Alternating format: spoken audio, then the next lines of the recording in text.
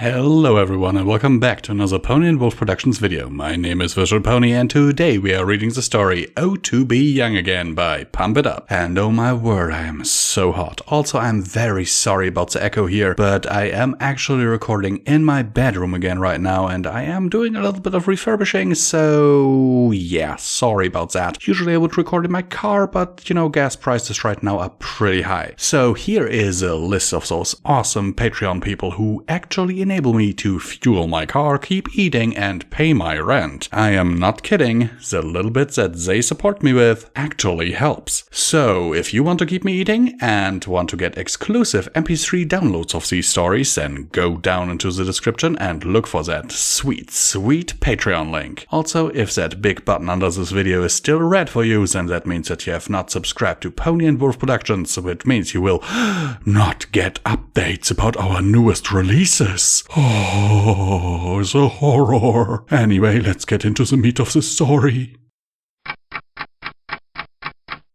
Ideas, anyone? Well, this idea was crap, I muttered to myself. I tossed the now crumpled paper behind me onto the large pile already present, and then proceeded to practically slam my face into my desk. I groaned. Surely I didn't have this much trouble last time. The sound of a door opening and closing downstairs interrupted me. "Honey, I'm home," a voice called. Upstairs! I yelled. I levitated a new paper over to my desk as the pony trotted upstairs. "Hi, Velvet." Hi, Nighty, I said to my husband. just trying to think of a non-crappy idea. "You'll be fine, Velvet." He trotted over and gave me a peck on the cheek. "How long have you been sitting here?" I shuffled through the day in my head. 9 hours? Nightlight frowned. "And did you eat anything?" I couldn't meet his eyes. No. He sighed. "Velvet." I know, don't ignore your stomach. "Come on," Nightlight said, guiding me out of my writing room. "Let's eat. It's 7 o'clock. But I need to stay. I whined. "No, you don't." He practically dragged me out and down the stairs. "Just to make things easier, we are having soup, okay?" I muttered something unintelligible under my breath. "Is the soup good?" I grunted as I grumpily ate, levitating my spoon mechanically. "Velvet, you should be thanking me for the break." I snorted. A break? I was in the zone. "You call trying to think of an idea in the zone?" Yes. I said stubbornly. Nightlight shook his head. I set down my spoon. Okay, it's because I told the publisher I'd be ready with the first draft by next week, but I don't even have an idea. "And that's why I pulled you away," Nightlight said. "You need to think of things other than the book or the publisher. You have to stop worrying so much." But Daring Do! "Can wait." I sighed in defeat and continued to eat. "So, how are you liking the weather?" Haven't seen it, too busy trying to write. Nightlight looked up in thought. "Have you heard about the hoofball team?" Daring Do wouldn't allow herself to be distracted by hoofball. I muttered. "Hear anything funny today?" My husband tried. I should have stayed at the newspaper. Nighty was getting irritated now. To an outsider he might have seemed calm, but after being his wife for 30-some-odd years, I knew his every tick. He had that look around his eyes from suppressing an eye twitch, something he and Twilight shared. The slight movement in his foreleg, resisting the urge to paw at the ground. And the minuscule motes of magic around his horn, threatening to blast if he got too angry. Amazingly though, he always managed to keep the irritation from creeping into his voice. "Velvet, I can't help you if you keep blocking me." Who said I needed help? Nightlight nearly threw his hoofs up in the air. "Fine, be stubborn." At first I sat blissfully, savoring the silence.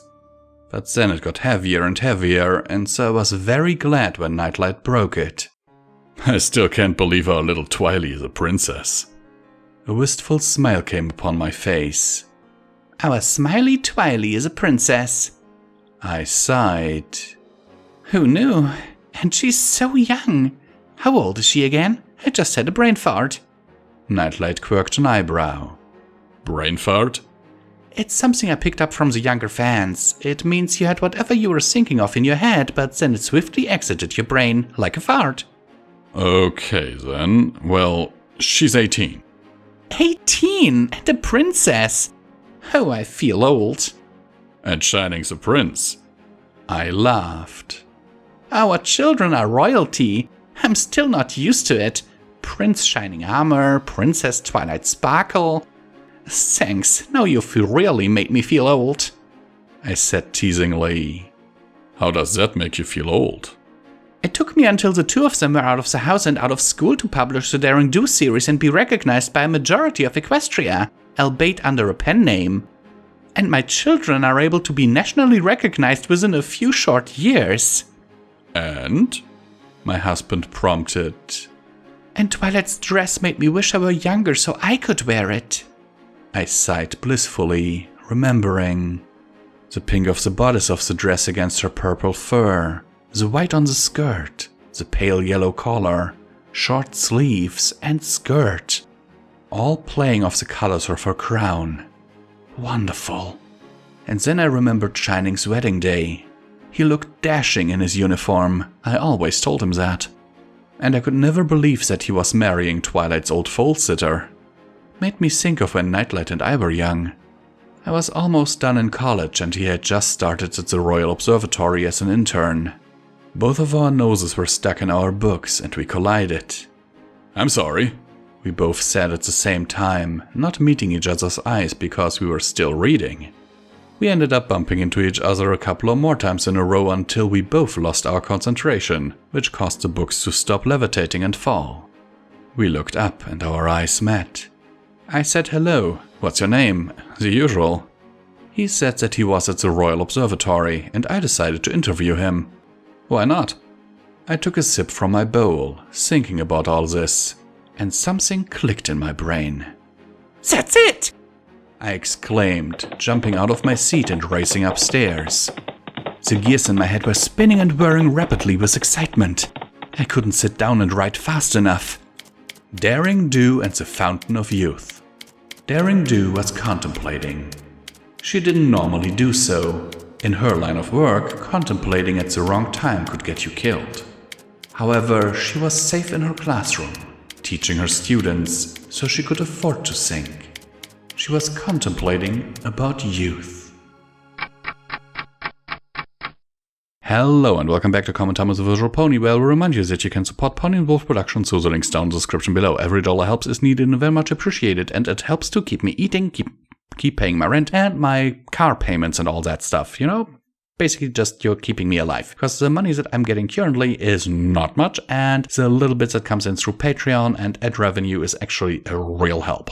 I'm kind of dependent on it, actually. So, let's see, what do I think about this story?